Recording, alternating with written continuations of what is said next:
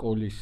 ერთ-ერთი მთავარი დანიშნულება ეს არის სოციალური ინტეგრაცია და პრინციპში რაც ამ ტექსტში წერია, დღევანდელ დღეს სკოლა ზუსტად ამ როლს ასრულებს, ხო, ანუ საზოგადოების სეგრეგაციის, ხო, ეხლა ჩვენ ელიტური კერძო სკოლები ვახსენებთ, ნამდვილად, ხო, ანუ გადანაწილება გვაქვს